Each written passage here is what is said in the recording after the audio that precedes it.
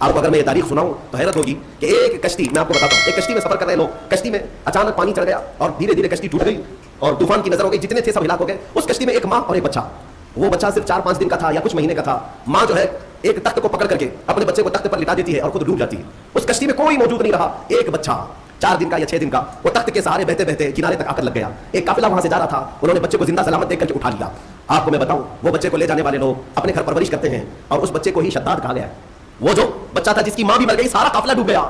تنہا جو بچہ کسی کے یہاں کفالت میں کسی کے زیر لگی رہا، وہ شداد تھا. اور جب وہ تھوڑا سا جوان ہوا، اس نے ایک فقیر کو دیکھا یا کچھ فقیروں کو دیکھا، ان کی جھولیوں سے کچھ چیز گر گئی. وہ سرمہ دانی تھی یا کچھ روایات یہ بتاتی ہیں کہ شداد اس سرمہ دانی کو اٹھایا اور اپنی آنکھوں میں لگایا تو اسے زمین کے خزانے سب دکھنے لگے. کہاں کتنا سونا ہے، وہ اس طرح سے کھودتا تھا اور سونے کا مالک بنتا چلا گیا. اتنا بنا کہ وقت میں اس سے زیادہ مال کسی کے پاس نہیں تھا. پھر اس نے ایک بار اعلان یہ کر دیا کہ اب میں جو ہے ساری دنیا کو پال سکتا ہوں. اس وقت ایک درویش نے آ کر کے اس سے کہا کہ شداد، تو اپنے مال سے زکات بھی ادا کیا کر، فقراء و مساکین کو بھی دیا کر، اللہ تعالیٰ تجھے جنت عطا کرے گا. اس نے کہا کون سی جنت ہے، جنت کیا ہوتی ہے؟ کہا جنت عالی شان ہے، رب تعالیٰ کی بنائی ہوئی، جس کی ایک اینٹ سونے کی تو ایک اینٹ چاندی کی، زمین زعفران سے بچھی ہوئی، بہت خوبصورت جنت کا نظارہ ہے. اگر تو خیرات کرے تو اللہ تجھے وہ بھی عطا کرے. اس نے کہا مار کر کے ٹھٹا مار کر کے کہا ہے ایسی بھی کوئی جنت ہوتی ہے؟ اس سے بہتر جنت تو میں دنیا میں بنا دوں گا.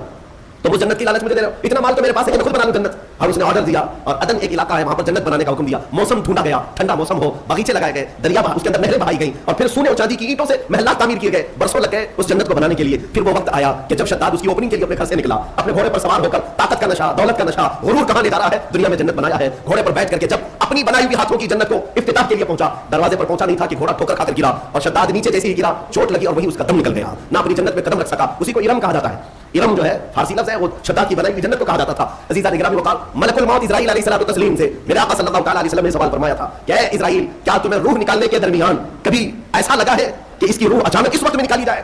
تو حضرت اسرائیل علیہ السلام نے جواب یہی 2 باتیں کہی تھی. ایک وہ وقت تھا جب پوری کشتی ڈوب گئی تھی اور ایک بچہ تخت پر لیٹا جا رہا ہے اور مجھے حکم ہو رہا ہے کہ اس کی ماں کی روح قبض کرو. بچہ تخت پر ہے اور ماں ڈوبی جا رہی ہے اور ماں کی روح قبض کرنا ہے. کس کے سہارے اس بچے کو چھوڑا جائے گا؟ لیکن قادر مطلق کا حکم تھا، سارے لوگوں کی روح قبض کیا بچے کے علاوہ. یہ فرشتے کو تک نہیں حکم ہے کہ تمہیں اس کی پرواہ کرنے کی ضرورت نہیں، اس تنہا بچے کی کون نگہبانی کرے گا، اس کا حکم نہیں. ماں کی روح قبض کر لیا. اس وقت مجھے تعجب تھا کہ اس بھرے سمندر میں اس تنہا بچے کو دیکھے گا کون؟ لیکن پھر دنیا نے دکھایا کہ اس بچے کو صرف دیکھا نہیں گیا بلکہ دنیا کا سب سے بڑا امیر بنایا گیا. پھر آپ فرماتے ہیں دوسرا وہ وقت تھا جب اس نے اپنی پوری جمع پونجی خرچ کر کے جنت بنائی. دروازے پر پہنچنے سے پہلے مجھے حکم ہوا کہ اس کی روح قبض کر لی جائے.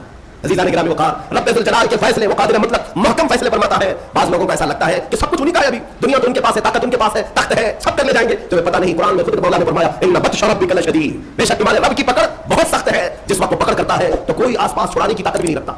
اسی طرح کی بات میں آپ کے سامنے یہ بھی عرض کروں، ظلم جہاں تک بھی ہو ایک دن انجام کو پہنچتا ہے. قرآن میں اللہ تعالیٰ فرماتا ہے انما یؤخرھم لیوم، ہم ظالموں کو تھوڑی ڈھیل اس لیے دیتے ہیں تاکہ ساری نگاہیں ان کا انجام دیکھ سکیں. ظالموں کو اگر ڈھیل ملتی ہے ظلم کرنے کے لیے انہیں آزادی ملتی ہے تو اس کا مطلب یہ نہیں ہے کہ وہ جو کریں اچھا کر رہے ہیں، بلکہ یہ ڈھیل ان کے عذابات میں اضافہ کرتی ہے.